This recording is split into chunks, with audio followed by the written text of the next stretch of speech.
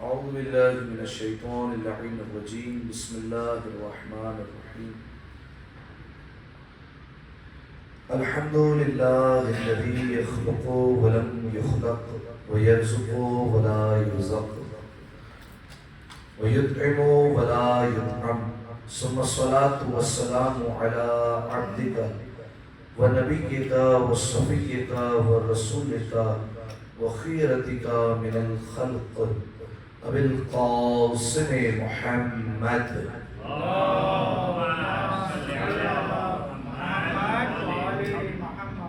وعلى أهل بيته الطيبين الطاهرين المعصومين المظلومين سيما ابن عمه علي عليه السلام وهو النبأ العظيم والصراط المستقيم والقرآن الكريم وهو الصديق الأكبر والفاروق الأعظم وحبل الله المتين وإمام المسلمين ووصي رسول رب العالمين واللعنة الدائمة على أعدائهم أجمعين أما بعد فقد قال الله سبحانه وتعالى في محكم كتابه المبين بسم الله الرحمن الرحيم يسبح لله ما في السماوات وما في الأرض ملك القدوس العزيز الحكيم مل کر بآواز بلند سارے پڑھیں اللهم صل علی محمد تمام تر تعریفیں اس ذات واجب الوجود کے لیے جس نے ہمیں ماہ رمضان مبارک میں روز جمعہ دیکھنا نصیب فرمایا اور اسی کی بارگاہ میں شکر بھی کرتے ہیں اس نے ہمیں نماز جمعہ جیسی سعادت سے ہمکنار فرمایا۔ سامعین محترم، سورہ مبارکہ بقرہ کی 183 آیت 183 کو آپ کے سامنے پیش کیا گیا تھا، جس میں پروردگار عالم نے روزے کے فرض ہونے کے متعلق بیان فرمایا ہے اور فرمایا یا ایھا الذین آمنوا، اے ایمان والو، کتب علیکم الصیام، تم پر روزے لکھ دیے گئے ہیں، کما کتب علی الذین من قبلکم، بالکل ویسے ہی جیسے تم سے پہلے والوں پر بھی لکھ دیے گئے تھے اور پہلے والوں پر بھی روزے فرض تھے۔ مقصد کیا ہے روزے فرض کرنے کا؟ لعلکم تتقون، شاید کہ تم متقی بن جاؤ۔ تو آپ کی خدمت میں بیان کیا تھا کہ یہ روزے کا اور تقوی کا آپس میں کیا تعلق ہے۔ روزہ ایک الگ چیز کا نام ہے، روزہ ایک الگ عبادت ہے، تقوی ایک الگ صفت ہے، ان دونوں کا آپس میں کیا تعلق ہے؟ روزہ رکھنے سے تقوی کیسے حاصل ہو جاتا ہے؟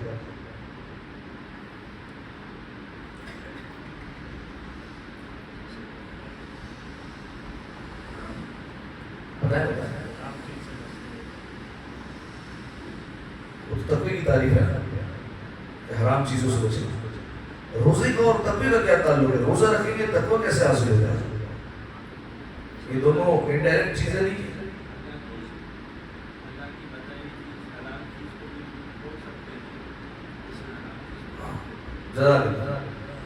دیکھیے روزے میں کرنا کیا ہوتا ہے، بلکہ روزے میں تو کچھ نہیں کرنا ہوتا ہے، باقی تمام تر عبادت میں ہم کچھ کرتے ہیں، روزے میں کچھ نہیں کرتے۔ وہ کیا نہیں کرتے کہ پروردگار عالم نے جو مبتلات روزہ بیان کر دی ہے کہ دیکھو اس سے بھی روزہ باطل ہوتا ہے، اس سے بھی روزہ باطل ہوتا ہے، اور ایک ہمیں فہرست دے دی، ان تمام تر چیزوں سے ہم اپنے آپ کو بچاتے ہیں۔ صحیح ہے؟ تو ہوتا یہ ہے کہ ایک مہینے تک ہم پروردگار عالم کے حکم کی پاسداری کرتے ہیں، روزہ رکھتے ہیں، اذان صبح سے لے کر اذان مغرب تک ہم اللہ کی بتائی ہوئی چیزوں سے بچتے ہیں۔ ان چیزوں میں حلال چیزیں بھی موجود ہیں، کھانا پینا معمول جو ہے وہ حلال ہے، مغرب جیسے ہی ہوئی کھانا پینا ہمارے لیے حلال ہو جاتا ہے۔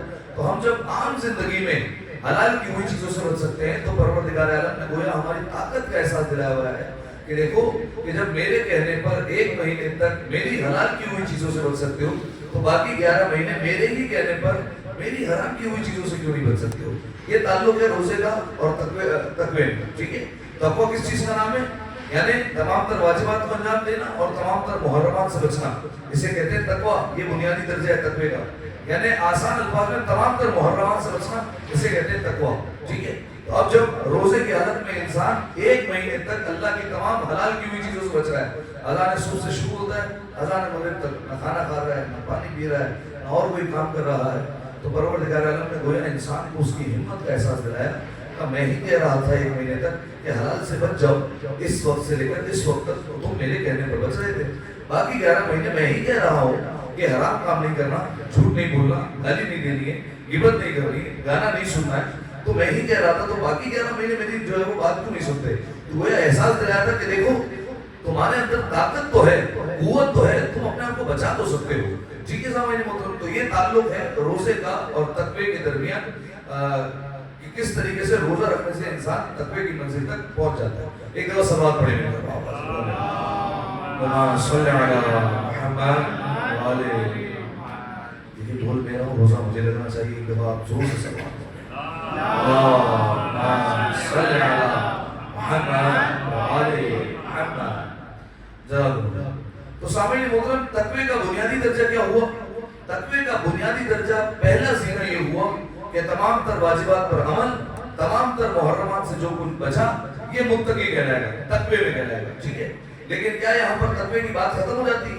کیا اور کوئی انسان زیادہ متقی نہیں بن سکتا؟ بن سکتا ہے نہیں بن سکتا ہے؟ بالکل بن سکتا ہے. جیسے ایمان کے درجے نا، جیسے ہم کہتے ہیں جناب عمار ایمان کے 7ویں درجے پر، جناب مقداد 8ویں درجے پر، جناب ابوذر 9ویں درجے پر، جناب سلمان 10ویں درجے پر ہیں.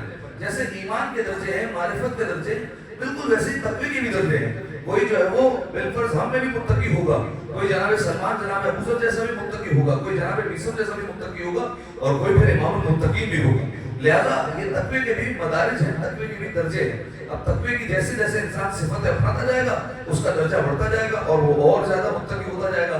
اسی لیے اللہ نے کیا کہا قرآن میں، ان اکرمکم عند اللہ اتقاکم. تم میں اللہ کی بارگاہ میں سب سے زیادہ عزت دار وہ ہے جس نے سب سے زیادہ تقوی اختیار کیا. ٹھیک ہے، یعنی اس سے آیت سے یہ بات ثابت ہو رہی ہے کہ تقوی کے اندر اضافہ ہو سکتا ہے. ٹھیک ہے، اب تقوی کی کون کون سی صفت ہے یہ امام المتقین سے یقیناً کوئی بہتر نہیں بتا سکتا. اسی لیے ہم جو آپ کے سامنے بیان کر رہے تھے اس خطبے کا کیا نام تھا؟ خطبہ شعبانیہ. ختم ہو چکا خطبہ حمام. صحیح ہے، خطبہ حمام نہج البلاغہ کا خطبہ نمبر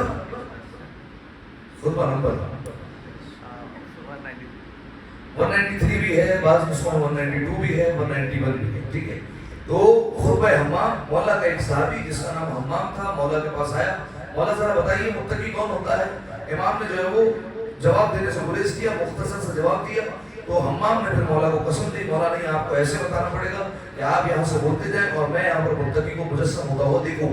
جب حمام نے یہ فرمائش کی تو اب امام نے جو ہے وہ بیان کرنا شروع کیا اور مولا نے فل بدی، کسی سے پوچھے بغیر نہیں، کسی سے جو ہے وہ پوچھ کر نہیں، سوچ کر نہیں، اور نہ ہی ایسا کہ ٹائم مانگا کہ جو ہے وہ فلاں دن آ جانا میں اس دن بیان کروں گا. فل بدی مولا نے 110 صفتیں بیان کر دی، جس میں سے ہم نے اب تک کتنی بیان کر دی آپ کے سامنے؟ 46 بیان ہو گیا. ٹھیک ہے، 46 صفتیں آپ کے سامنے جو ہے وہ بیان ہو چکی ہے. آخری صفت کون سی بیان ہوئی ہے؟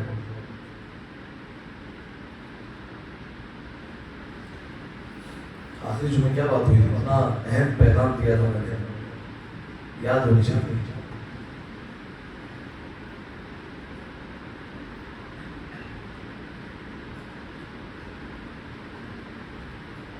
مولا خیر میں چلے میں ہی بتاتا ہوں. ایک دو سوال پڑھ رہے ہیں بابا سے، اللہم صلی علی محمد وآلہ حسین. حریصاً فی العلم، فرمایا متقی کی 46ویں صفت یہ تھی کہ وہ علم کا حریص ہوتا ہے، علم کا لالچی ہوتا ہے.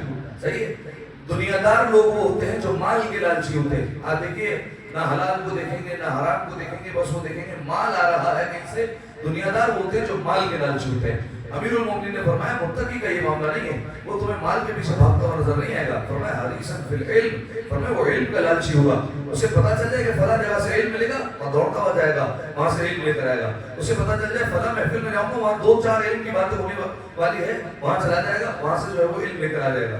تو فرمایا متقی علم کا لالچی ہوگا. اور پھر یہاں رک کر میں نے پیغام دیا تھا کہ دنیا کا علم بھی ہے، دین کا علم بھی ہے، لیکن یاد رکھیے گا دنیا کی علم کی جہاں اہمیت ہے، لیکن دین کے علم پر جو ہے وہ غلبہ نہیں پا سکتی یہ تعلیم، کیونکہ دین کے علم کی اہمیت بہت زیادہ ہے. اور یہی رک کر میں نے آپ کو پیغام دیا تھا کہ دیکھیے جس طریقے سے دنیا کی تعلیم میں اپنے بچوں کو آپ شاباشی دیتے ہیں، ان کو پڑھاتے ہیں، ان کو موٹیویٹ کرتے ہیں، ان کی حوصلہ افزائی کرتے ہیں، بالکل ویسے ہی دین کے معاملے میں تھوڑا سا جو ہے وہ اپنی توجہ بڑھائیے.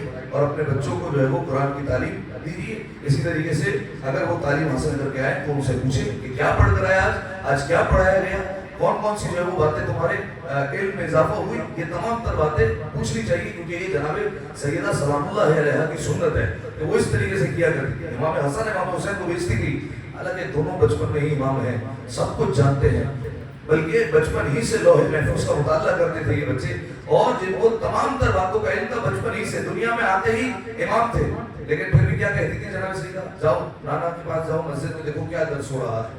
جب جاتے تھے دونوں بچے جو ہے وہ دوبارہ آتے تھے, جناب سیدہ پوچھتی تھی اب بتاؤ کہ نانا نے تمہیں کیا بتایا, اور پھر امام حسن اور امام حسین بتایا کرتے تھے. بلکہ مشہور واقعہ بھی ہے کہ امام حسن علیہ السلام جب روزانہ آ کر جناب سیدہ کو بتاتے تھے تو جناب سیدہ پوچھ رہی تھی. اب آپ تصور کیجیے امام حسن سامنے ہیں, جناب سیدہ پوچھ رہی ہیں. امیر المومنین پردے کے پیچھے کھڑے ہو کر اپنے بچے کی باتیں سنتے تھے. امیر المومنین کو امام حسن کے لبوں سے سننا بہت اچھا لگتا تھا. امیر المومنین پردے کے پیچھے کھڑے ہو کر سنا کرتے تھے کبھی کبھار. تو ایک دن جو ہے وہ امیر المومنین اتفاق سے گزر رہے تھے تو دیکھا حسن جو ہے وہ اپنی مادر گرامی کو بیان فرما رہے ہیں. صحیح ہے, تو امیر المومنین جاتے جاتے رکے اور پردے کے پیچھے کھڑے ہو گئے. اب جیسے ہی کھڑے ہوئے تو امام حسن کی زبان میں لکنت آئی. لکنت سمجھتے ہیں اسے کہتے ہیں لکنت.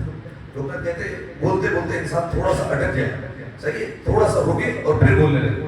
تو امام حسن علیہ السلام کی زبان میں لکنت آئی اور جو ہے وہ تھوڑا سا رک کر بولنے لگے. علم دیکھیے, امام حسن علیہ السلام نے فوراً وہیں پر اپنی بات روکی, کہا مادر گرامی محسوس ہو رہا ہے کہ آج کوئی سردار بھی سن رہا ہے.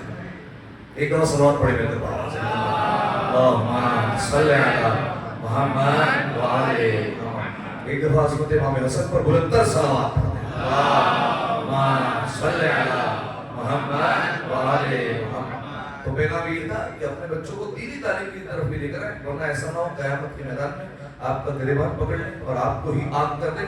روایت جو وہ آپ کے سامنے پیش کر دی. ٹھیک ہے, تو 46ویں صفت حریصن فی العلم, فرمائے یہ متقی علم کا لالچی ہوتا ہے.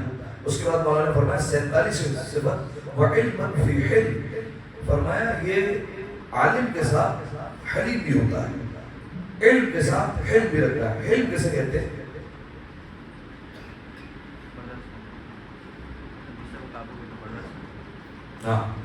حلم کہتے ہیں بردباری, تحمل, برداشت, اس کو کہتے ہیں حلم. صحیح, آپ نے کئی لوگ ایسے دیکھے ہوں گے جن کے پاس علم ہوتا ہے حلم نہیں ہوتا. آپ دیکھیں کسی چیز کا اگر تھوڑا سا علم آ گیا, ان کے سامنے اگر کوئی بات ہو جائے, ہلکی سی غلطی ہو جائے یا پھر فرض جو ہے وہ ان کے مطابق بات نہ ہو, فوراً بولنا شروع کر دیتے ہیں وہاں پر. ٹھیک ہے, ایسے کئی لوگ ہوتے ہیں فوراً اپنے علم کا وہاں پر اظہار کریں گے, ان کے اندر علم کی صفت موجود نہیں ہوتی. ایسے آپ کو کہیں جو ہے وہ لوگ ملیں گے. روایت کے جملے اگر علم ہو حلم نہ ہو تو علم کوئی فائدہ ہی نہیں پہنچا سکتا. صحیح ہے, بلکہ ایک روایت میں آپ کو یوں بھی بیان کروں کہ اصول کافی کی روایت ہے کہ ایمان کا جو وزیر ہے وہ ہے علم. صحیح ہے, امیر المومنین کی روایت ہے یا کسی معصوم کی روایت ہے, اس کا مفہوم یہ ہے کہ ایمان کے وزیر کا نام ہے علم. صحیح ہے, یعنی جتنا علم بڑھتا جائے گا ایمان بڑھتا جائے گا, معرفت میں اضافہ ہوتا جائے گا. اور پھر فرمایا کہ علم کے وزیر کا نام ہے حلم. صحیح ہے, یعنی مددگار, وزیر کہتے ہیں مدد کرنے والے کو. فرمایا علم کے وزیر کا نام ہے علم. جب تک علم کو حلم کی مدد نہ ملے علم جو ہے وہ فائدہ نہیں پہنچا سکتا. تحمل, برداشت. راؤنڈ ٹیبل کا سیزن چلا ہوا ہے, پہلے جو ہے وہ ایک مثال بیان کر چکا ہوں, دوبارہ بیان کرتا ہوں. مثال کیا ہے کہ علم ہے حلم نہیں ہے.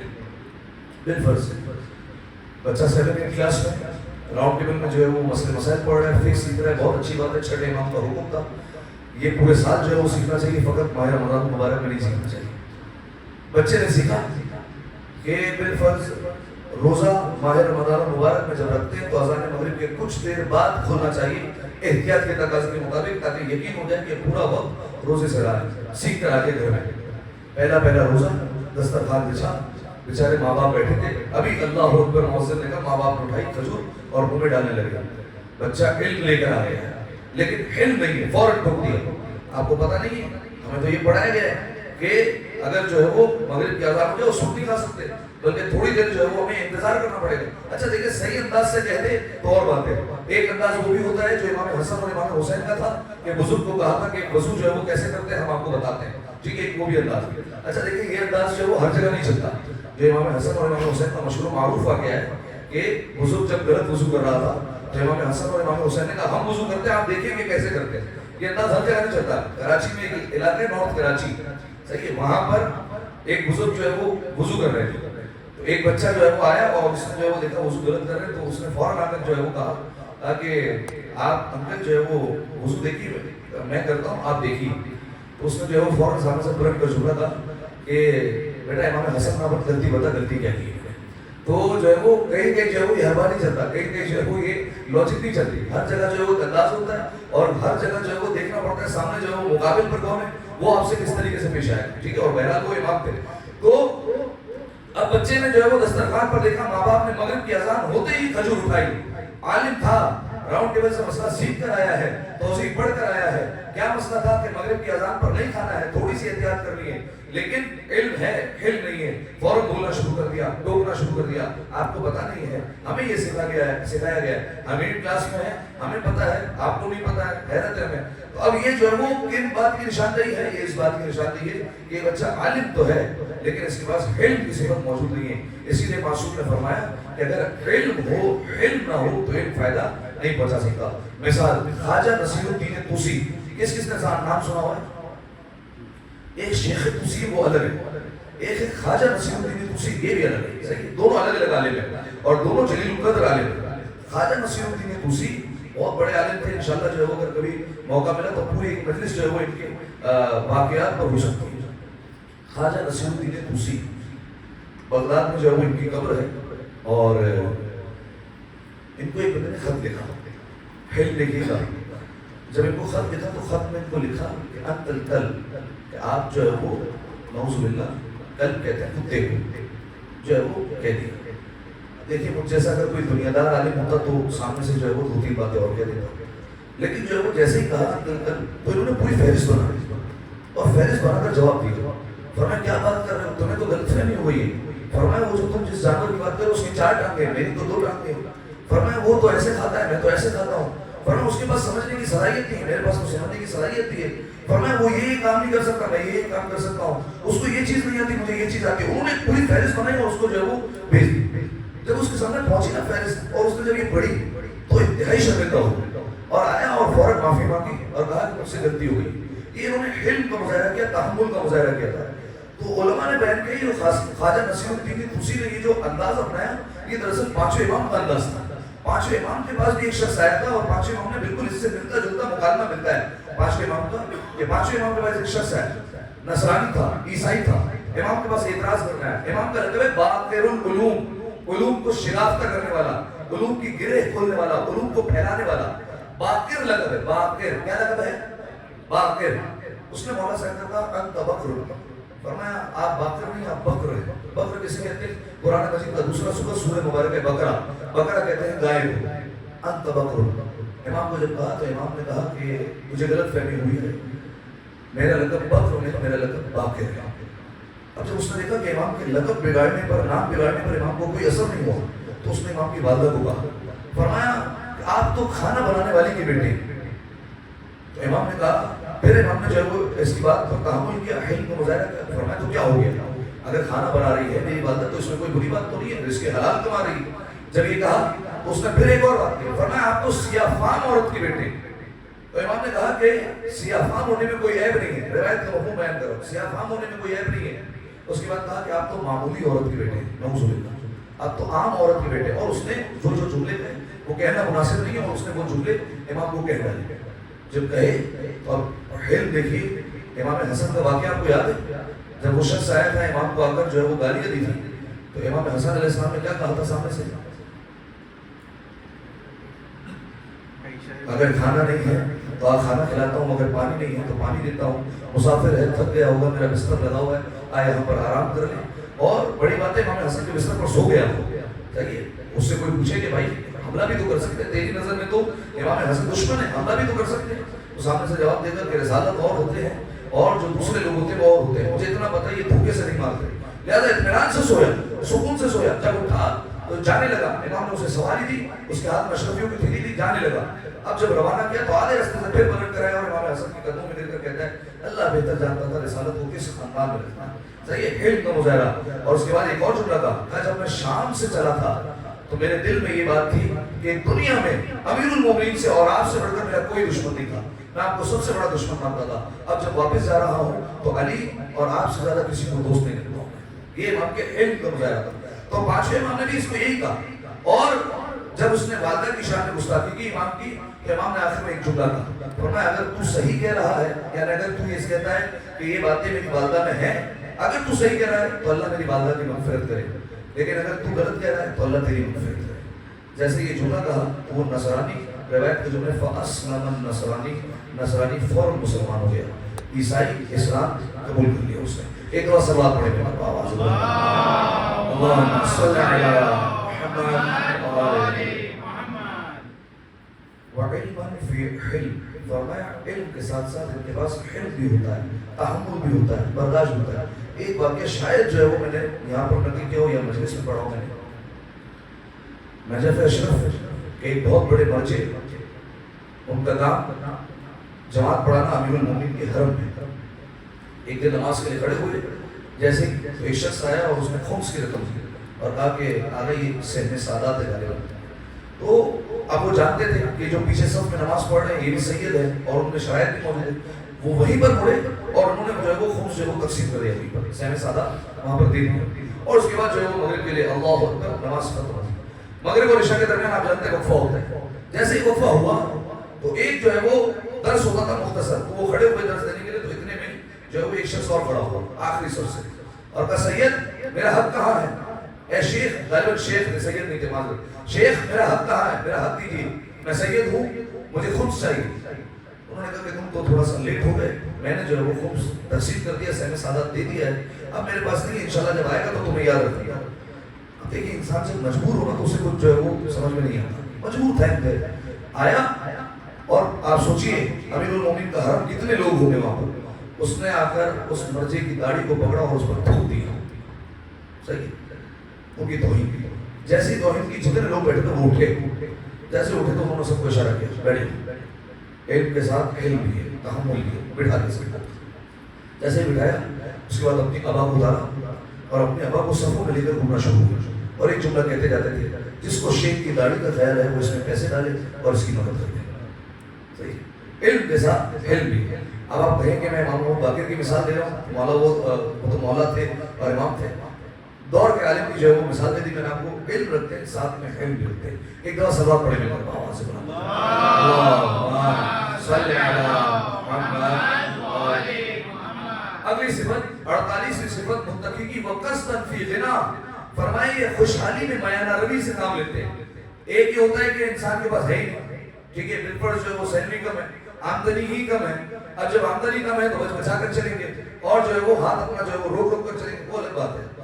روایت کے لفظ خوشحالی میں میانہ روی کرتے ہیں، یعنی خوشحال ہے، سب کچھ ہے، پروردگار عالم نے بے تحاشا رزق عطا کیا ہے، ہاتھ میں فراوانی ہے، خرچ کر سکتے ہیں، اس کے باوجود میانہ روی سے کام لے رہے ہیں. میانہ روی کسے کہتے ہیں؟ بس فضول خرچ نہ کریں. اور کوئی میانہ روی یہ بیان ہو چکے. تیسری صفت کو مشیہم التواضع، یہاں پر آ کر وبن بسہم الاقتصاد یہاں بیان ہوا ہے.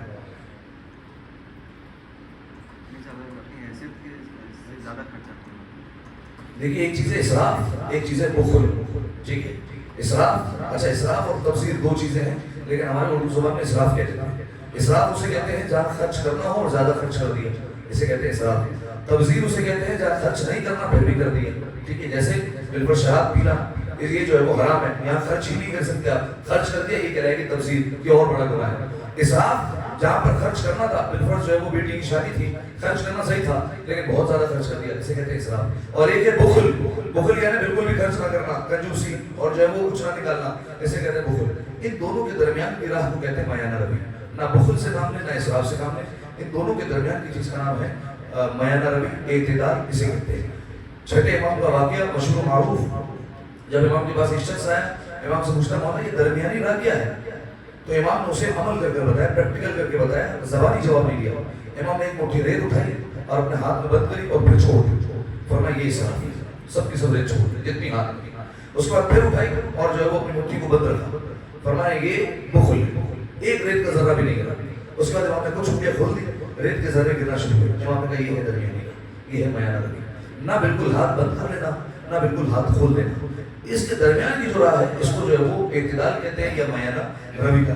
اس پر انسان کو چلنا ہے, وہ بھی خوشحالی میں چل کر ہوتا ہے تو پھر وہ ایک جو ہے وہ بڑا کام ہے. ٹھیک ہے.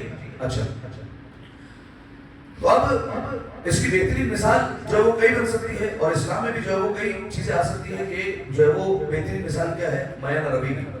اچھا دیکھیے, ایک ہوتی ہے میانہ روی یعنی درمیانی راہ پر چلنا, ایک ہوتا ہے کہ اس چیز کے مطابق خرچ کرنا کہ جس پر رسول چاہے یا امام چاہے اس کے مطابق خرچ کرنا, یہ اس سے اوپر کا اسٹیج ہے. صحیح ہے. اچھا ایک اور بات کہہ دوں, دیکھیے درمیانی راہ سب کی الگ الگ ہوتی ہے, سب کی ایک جیسی نہیں ہوتی. جو بندہ $500 کما رہا ہے اس کی درمیانی راہ الگ ہوگی, جو بندہ $25,000 چھاپ رہا ہے اس کی جو ہے وہ میانہ روی الگ ہوگی. صحیح ہے. اور وہ جو $25,000 جو ہے وہ جس کی تنخواہ ہے یا بالفرض جو ہے وہ جو کما رہا ہے اس کی بیٹی کی اگر آپ شادی میں چلے جائیں, آپ نے دیکھا یہ لائن سے کھانے لگے ہیں, آپ نے اس کا گریبان پکڑ لیا, تمہیں میانہ روی کرنے نہیں آتی. اصول اس کی میانہ روی الگ ہے, آپ کی میانہ روی الگ. صحیح ہے. وہ $500 کے مطابق جو ہے وہ آپ نے کرنی, $25,000 کے مطابق وہ میانہ روی کرے گا. ٹھیک ہے. اچھا, تو ایک ہے کہ میانہ روی کرنا خوشحالی میں, ایک یہ ہے کہ جیسا رسول اور جیسا امام کہے ویسے خرچ کرنا. اس کی بہترین مثال شہادت کی شب پڑھ لے گیا جناب خدیجہ سلام اللہ علیہ سلام پڑھیں گے.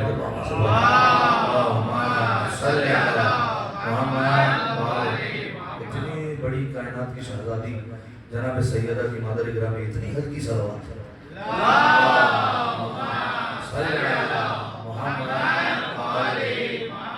ملکۃ العرب, اتنا پیسہ, اتنی مال و دولت کہ روایت کے الفاظ ہے, تاریخ کہتی ہے 80,000 اونٹوں پر ان کا تجارت کا قافلہ نکلتا تھا.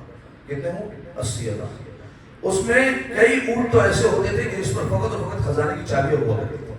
کئی اونٹ ایسے ہوتے تھے, اتنا مال ہوتا تھا. اور جناب بلال اور دوسرے غلام کو آزاد کروانے میں جناب خدیجہ کی ہی دولت کام ہوئی ہے. صحیح. کتنی زمینیں, کتنے باغات, کتنے درخت جناب خدیجہ کے جو ہے وہ اس سے گئے. لیکن آپ دیکھیے جب جناب خدیجہ آئی ہے رسول اللہ کی زندگی میں, ساری کی ساری دولت رسول اللہ کے قدموں میں ڈال دی اور کہا کہ اب آپ کی مرضی, آپ جیسے چاہیں اسے خرچ کریں. یہ میانہ روی سے اوپر کا اسٹیج ہے. صحیح. جیسا رسول چاہے ویسے خرچ کرے گا. ٹھیک ہے سامعین محترم, انشاءاللہ آج کی مجلس میں کوشش کریں کہ آپ کے سامنے کچھ معروضات بیان ہو. وقت ہو گیا ہے, ایک دفعہ سوال پڑھنے کا. صلی علی محمد وعلی محمد. اعوذ باللہ من الشیطان اللعین الرجیم. بسم اللہ الرحمن الرحیم. انا اعطیناک الکوثر فصل لربک وانحر ان شانئک هو الابتر. مل کر 3 دفعہ بآواز بلند صلوات. اللہم صلی علی محمد وعلی محمد.